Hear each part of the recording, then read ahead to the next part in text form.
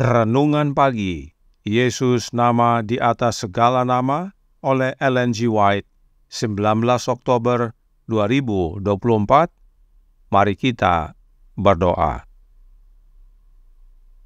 Bapa kami yang di sorga, Allah pencipta langit dan bumi, laut dan segala isinya, Allah yang maha besar, maha kuasa, sumber segalanya, yang kami sembah selalu melalui anak-Mu yang tunggal, Yesus Kristus.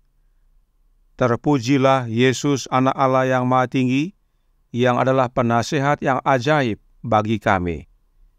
Pada pagi hari ini kami bersyukur boleh bangun dan berbakti, dan sebagaimana membaca dan mendengarkan nasihat firman-Mu, kiranya ini menjadi pembaharuan bagi kami semua, agar menerima Kristus dalam hidup ini, untuk melawan penghulu dunia yang gelap ini, serta roh-roh jahat di udara. Beserta kami sepanjang perbaktian ini, kehendak-Mu yang jadi. Ampun kami akan dosa dan salah, karena kami berdoa hanya dalam nama Anak Allah yang tunggal, Yesus Kristus, yang adalah Tuhan dan Juru Selamat kami. Amin. Renungan hari ini akan dibacakan oleh Saudari Keisha Sidabutar. Kepada Saudari Keisha, kami persilahkan. Selamat pagi saudara-saudari sekalian. Judul renungan kita pada pagi hari ini adalah penasihat yang ajaib. Ayat ini terdapat di dalam Mazmur 73 ayat 24 berbunyi, "Dengan nasihat-Mu engkau menuntun aku, dan kemudian engkau mengangkat aku ke dalam kemuliaan."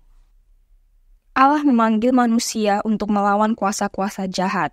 Ia berkata, "Sebab itu hendaklah dosa jangan berkuasa lagi di dalam tubuhmu yang fana, supaya kamu jangan lagi menuruti keinginannya. Dan janganlah kamu menyerahkan anggota-anggota tubuhmu kepada dosa untuk dipakai sebagai senjata kelaliman, tetapi serahkanlah dirimu kepada Allah sebagai orang-orang yang dahulu mati tetapi yang sekarang hidup. Dan serahkanlah anggota-anggota tubuhmu kepada Allah untuk menjadi senjata-senjata kebenaran." Kehidupan Kristen adalah peperangan, namun perjuangan kita bukanlah melawan darah dan daging, tetapi melawan pemerintah-pemerintah, melawan penguasa-penguasa, melawan penghulu-penghulu dunia yang gelap ini, melawan roh-roh jahat di udara. Dalam pertentangan kebenaran melawan kejahatan ini, kita dapat berhasil hanya melalui bantuan ilahi. Kehendak kita yang terbatas harus tunduk kepada kehendak yang tak terbatas. Kehendak manusia yang harus dipadukan dengan kehendak ilahi. Ini akan mendatangkan Roh Kudus untuk menolong kita, dan setiap penaklukan akan mengarah pada pemulihan kepemilikan Allah yang telah dibeli, pada pemulihan gambarnya dalam jiwa. Tuhan Yesus bertindak melalui Roh Kudus, karena itu adalah wakilnya. Melalui Roh Kudus, Ia menanamkan kehidupan rohani ke dalam jiwa, mempercepat energinya untuk kebaikan, membersihkan dari kekotoran moral, dan memberinya kesesuaian bagi kerajaannya. Yesus memiliki berkat-berkat besar untuk dianugerahkan. Karunia-karunia yang kaya untuk dibagikan di antara umat manusia. Ia adalah penasihat yang ajaib, tak terbatas dalam hikmat dan kekuatan, dan jika kita mengakui kuasa rohnya dan tunduk untuk dibentuk olehnya, kita akan berdiri teguh di dalam Dia. Betapa hebatnya pemikiran ini. Di dalam Kristus berdiam secara jasmaniah seluruh kepenuhan kealahan, dan kamu telah dipenuhi di dalam Dia. Hati manusia tidak pernah mengenal kebahagiaan sampai ia tunduk untuk dibentuk oleh Roh Allah. Roh itu menyesuaikan jiwa yang diperbarui dengan teladan Yesus Kristus. Melalui pengaruhnya, permusuhan terhadap Allah diubah menjadi iman dan kasih, dan kesombongan menjadi kerendahan hati. Jiwa merasakan keindahan kebenaran, dan Kristus dimuliakan dalam keunggulan dan kesempurnaan karakter. Ketika perubahan ini terjadi, para malaikat bernyanyi dengan penuh kegembiraan, dan Allah serta Kristus bersukacita atas jiwa-jiwa yang dibentuk menurut keserupaan ilahi. The Review and Herald, 25 Agustus 1896. Demikianlah renungan kita pada pagi hari ini. Terima kasih, Tuhan Yesus memberkati. Terima kasih atas penata layanan Saudari Keisha. Tuhan Yesus memberkati. Selamat pagi saudaraku dalam Tuhan. Selamat Sabat. Renungan hari ini mengutip perkataan Paulus dalam Efesus 6 ayat 12 yang berbunyi, "Karena perjuangan kita bukanlah melawan darah dan daging, tetapi melawan pemerintah-pemerintah, melawan penguasa-penguasa, melawan penghulu-penghulu dunia yang gelap ini, melawan roh-roh jahat di udara." Siapakah penghulu-penghulu dunia yang gelap ini yang adalah roh-roh jahat di udara? Setan tentunya. Efesus 2 ayat 2 berkata, "Kamu hidup di dalamnya karena kamu mengikuti jalan dunia ini, karena kamu mentaati penguasa kerajaan angkasa, yaitu roh yang sekarang sedang bekerja di antara orang-orang durhaka." Dan tentang penghulu dunia dan roh-roh jahat ini, Roh Nubuat berkata dalam The Spirit of Prophecy, volume 4, halaman 329, paragraf 2.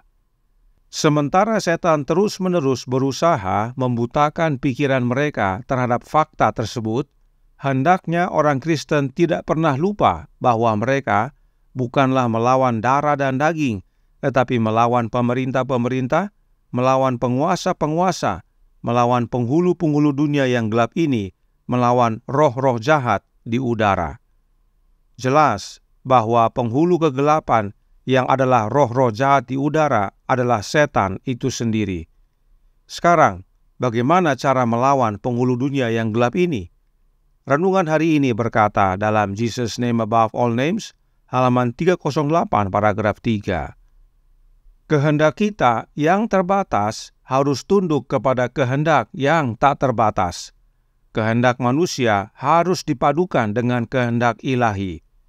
Ini akan mendatangkan Roh Kudus untuk menolong kita, dan setiap penaklukan akan mengarah pada pemulihan kepemilikan Allah yang telah dibeli pada pemulihan gambarnya dalam jiwa. Kita perlu Roh Kudus untuk melawan penghulu dunia yang gelap, yang adalah roh-roh jahat di udara, yaitu dengan menyerahkan kehendak kita kepada kehendaknya. Mengapa harus Roh Kudus yang menolong kita? Karena masih dalam renungan hari ini dikatakan dalam paragraf 4. Tuhan Yesus bertindak melalui Roh Kudus, karena itu adalah wakilnya. Melalui Roh Kudus, Ia, yaitu Yesus, menanamkan kehidupan rohani ke dalam jiwa, mempercepat energinya untuk kebaikan, membersihkan dari kekotoran moral, dan memberinya kesesuaian bagi kerajaannya. Nah, perhatikan, Roh Nubuat menggunakan kata ganti benda untuk Roh Kudus. Lihat kata yang ditandai warna biru. Mengapa Roh Nubuat menggunakan kata ganti benda untuk Roh Kudus?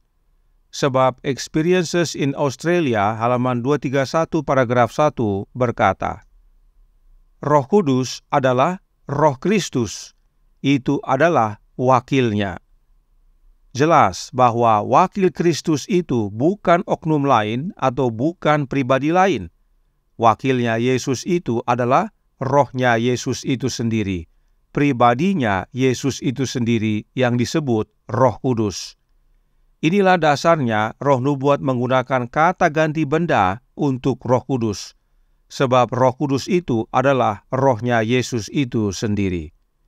Karenanya, Yesus bekerja dalam hidup kita oleh kehadiran rohnya sendiri dan bukan menyuruh oknum lain atau yang bukan dirinya. Itu sebabnya renungan hari ini melanjutkan dalam Jesus Name Above All Names, halaman 308 paragraf 4. Ia adalah penasehat yang ajaib, tak terbatas dalam hikmat dan kekuatan. Dan jika kita mengakui kuasa rohnya, yaitu rohnya Yesus, dan tunduk untuk dibentuk olehnya, yaitu dibentuk oleh Yesus, kita akan berdiri teguh di dalam Dia, yaitu berdiri teguh di dalam Yesus. Inilah satu-satunya cara untuk melawan penghulu dunia yang gelap ini, yang adalah roh-roh jahat di udara.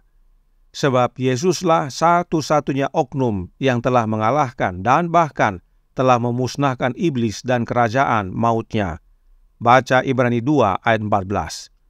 Karenanya, saat renungan hari ini berkata, Allah memanggil manusia untuk melawan kuasa-kuasa jahat, hal itu bukan dengan kuat kuasa diri kita sendiri, tetapi oleh menerima wakil Kristus, yaitu rohnya Yesus itu sendiri berkuasa dalam hati kita. Maka roh Kristus akan membersihkan kekotoran moral dari hidup kita dan terlebih ubahkan karakter kita menjadi serupa dengan karakternya. Maka renungan hari ini berkata, para malaikat bernyanyi dengan penuh kegembiraan, dan Allah serta Kristus bersukacita atas jiwa-jiwa yang dibentuk menurut keserupaan ilahi. Kiranya ini menjadi pembaharuan dan sukacita bagi kita semua.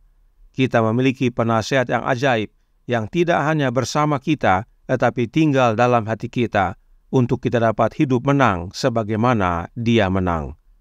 Tuhan memberkati, saya bawa dalam nama Yesus. Amin. Mari kita berdoa. Bapa kami yang di sorga, Allah pencipta langit dan bumi, laut dan segala isinya, Allah yang maha besar, maha kuasa, sumber segalanya, yang kami sembah selalu melalui anak-Mu yang tunggal, Yesus Kristus. Terima kasih atas nasihat indah dan menguatkan pada pagi hari ini.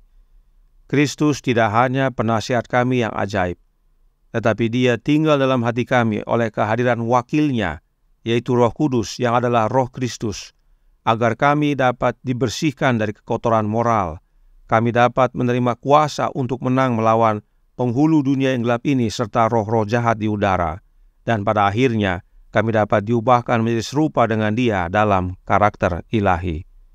Karenanya tolong kami ya Bapa, karuniakanlah roh anak-Mu dalam hidup ini, dan biarlah kami semua yang percaya membuka hati, mengizinkan Kristus berkuasa dalam hati. Hidup kami hari demi hari bertumbuh semakin serupa dengan karakternya, dan saat Dia datang kedua kali, kami boleh menerima keselamatan. Beserta kami sepanjang hari ini kehendak-Mu yang jadi, ampun kami akan dosa dan salah, karena kami berdoa hanya dalam nama Anak Allah yang tunggal, Yesus Kristus, yang adalah Tuhan dan Juru Selamat kami. Amin.